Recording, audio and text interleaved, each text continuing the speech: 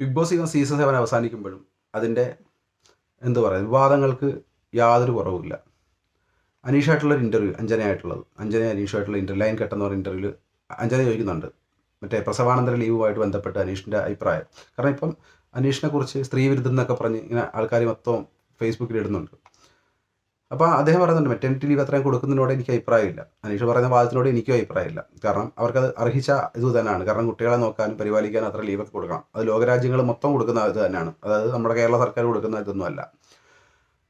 പക്ഷേ സ്ത്രീവിരുദ്ധത എന്ന് എന്താണ്? സ്ത്രീയെ അധിക്ഷേപിക്കുന്ന രീതിയിലുള്ള വാർത്തകൾ പ്രചരിപ്പിക്കുക, വാർത്തകൾ പറയുക, വാക്കുകൾ പറയുക, പാട്ടിലൂടെയോ ആംഗ്യത്തിലൂടെയോ എന്ത് വേണമെങ്കിലും കാണിച്ചോട്ടെ. സ്ത്രീയെ വികൃതമായിട്ട് ചിത്രീകരിക്കുന്ന രീതിയിൽ സ്ത്രീയെ വെളിയിലോട്ട് പറയുക, മോശമായിട്ട് ചിത്രീകരിക്കുന്നതിലൂടെ തൻ്റെ സംഭാവനകൾ വെളിയിലേക്ക് വിടുന്നതിനാണ് സ്ത്രീവിരുദ്ധത എന്ന് പറയുന്നത്.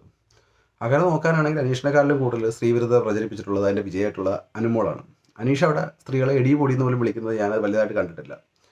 ഈ അനുമോള് തന്നെയാണ് ഏറ്റവും കൂടുതൽ സ്ത്രീവിരുദ്ധത അവിടെ പ്രചരിപ്പിച്ചിട്ടുള്ളത്. സ്ത്രീ എന്ന രീതിയിൽ ഒരു സ്ത്രീയെ മോശമായിട്ട്, ആ സ്ത്രീയും വേറൊരു പുരുഷനായിട്ട് കിടക്കുന്ന രീതിയിൽ ചുംബിക്കുന്നത് കണ്ടു എന്നുള്ള തെറ്റായ രീതിയിലുള്ള ഒരു പ്രചരണം വെളിയിലോട്ട് വിടുന്നു. അവരത് കണ്ടോ ഇല്ലയോ എന്നുള്ള കാര്യം അവർ പറയുന്നത് ഇപ്പോഴും കണ്ടു എന്നാണ് പറയുന്നത്.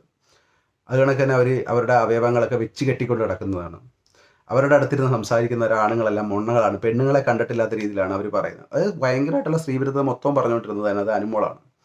നിങ്ങൾ കാണുമ്പോൾ തന്നെ മനസ്സിലാവും അതിനകത്ത്. അതായത് ബിൻസി ആയിട്ട് വേറെ ആൾക്കാരും ഇപ്പം അനുമോളുടെ ഒക്കെ ആൾക്കാർ സംസാരിച്ച അനുമോള് തമാശ രീതിയിലാണ് അവരോട് ഇടപഴകുന്നതല്ല. പക്ഷേ വേറൊരു ആൾക്കാർ ക്ലോസ് ആയിട്ട് ഇടപഴകി കഴിഞ്ഞാൽ അവർ തമ്മിൽ എന്തെങ്കിലും ഉണ്ട് എന്നുള്ള രീതിയിൽ അവിടെ മാറിയിരുന്ന് ഡിസ്കഷൻ ചെയ്യുന്ന പ്രധാനികളായിട്ടുള്ള ഒരു ക്യാപ്റ്റനാണ് ഈ അനുമോളെന്ന് പറയുന്നത്.